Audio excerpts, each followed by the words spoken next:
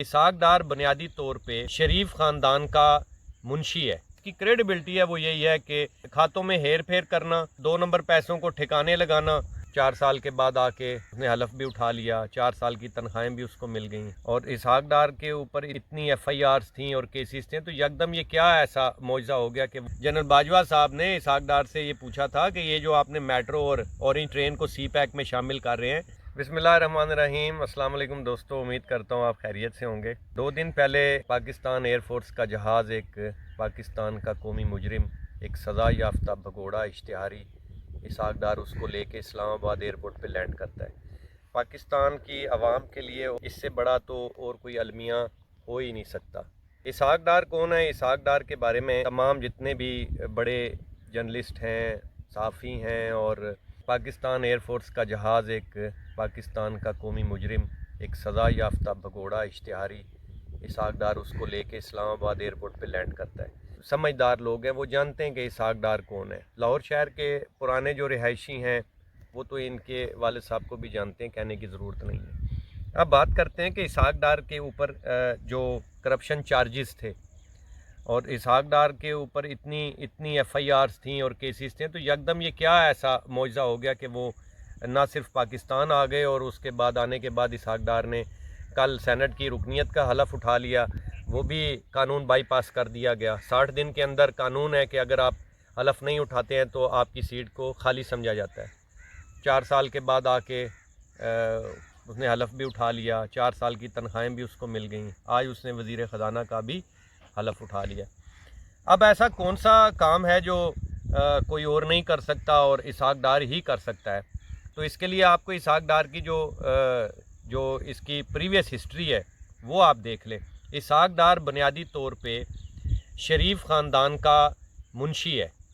मुंशी जो खाते लिखते हैं और जो उनके हिसाब किताब रखते हैं, ये आप आड़तियों के पास मुंशी होते हैं, बड़े बड़े कारोबारी जो हैं पट्टों पे। अब तो उसको वो आप कह सकते हैं कोई चार्टर्ड अकाउंटेंट और अकाउंटेंट कोई बड़ी कंपनी में, लेकिन जो आम फहम नाम था जो पहले कारोबारी लोगों के, वो मुंशी हुआ करते थे। तो ये बुनियादी तौर पे ये शरीफ ख़ानदान का मुंशी है।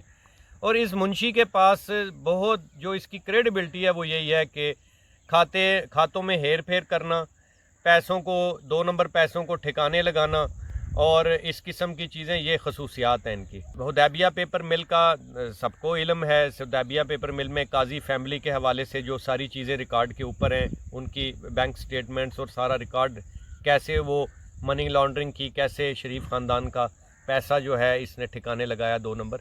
अभी भी ये इसी किसी काम के लिए इसको बुलाया गया। ये 6-8 महीने जो इनका अपना जो एस्टीमेट है कि हम तकरीबन मार्च अप्रैल तक इस हुकूमत को खींचेंगे, ये जो 6-7 महीने, उसमें ऐसा क्या काम है इसहाक डार से करवाना जो मुफ्ता इस्माइल तो चलें वो असम्बली का मेंबर नहीं बन सका था, एडवाइज़र था, वो 6 महीने म्याद थी, उससे ज़्यादा वो रह नहीं सकता था। तो यहाँ पे कोई और इंसान भी नहीं है, कोई और बंदा भी नहीं है इसहाक डार के अलावा।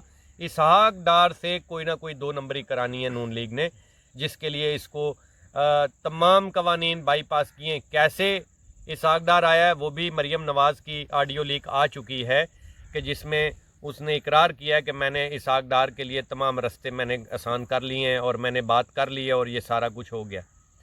तो जो मर्ज़ी कर लें, इसहाक डार को भी ले आए, करनी इन्होंने 2 नंबरी है, इसके अलावा तो इनके पास और कुछ है नहीं है। और इसहाक डार की तो आप कह लें कि खसूसियात ही यही हैं, 2 नंबर पैसे को ठिकाने लगाना, मामलात में हेर फेर करना। मोहम्मद मालिक साहब जो सहाफ़ी नून लीग के बड़े करीब हैं, इमरान खान साहब के नाक़िद हैं काफ़ी, मैं आज उनको सुन रहा था और उन्होंने भी बाकायदा ये कहा कि एक मीटिंग के अंदर जनरल बाजवा साहब ने इसहाक डार से ये पूछा था कि ये जो आपने मेट्रो और ऑरेंज ट्रेन को CPAC में शामिल कर रहे हैं, चाइना नहीं मान रहा है, और ये चीज़ें जो हैं ये कैसे आप इसको मैनेज करेंगे? इतना ख़र्चा अगर किसी डैम पे किया होता तो 5-7 साल में अपनी लागत पूरी कर लेता। 240 की जगह 20 रुपये टिकट रख दिया, तो ये क्या आप कर रहे हैं? तो मोहम्मद मालिक साहब कहते हैं कि उसके जवाब में इसहाक डार साहब पहले इधर उधर गर्दन घुमाते रहे और उसके बाद आराम से बोले और जनरल बाजवा साहब को कहने लगे कि सर जी कुछ चीज़ें सियासी मामलात भी तो होते हैं। तो ये तो इस शख्स की क्रेडिबिलिटी है। तो इसने कौन से यहाँ पहाड़ उखाड़ने या क्या करेगा आके, ये तो भी वक्त बताएगा, चीज़ें सामने आ जाएंगी। لیکن میں تو یہ سمجھتا ہوں کہ یہ 4 دن کی یہ موج ہی ہوگی انشاءاللہ. یہ جس مقصد کے لیے اس کو امپورٹ کیا گیا لندن سے وہ پورا نہیں ہوگا. پاکستان زندہ باد.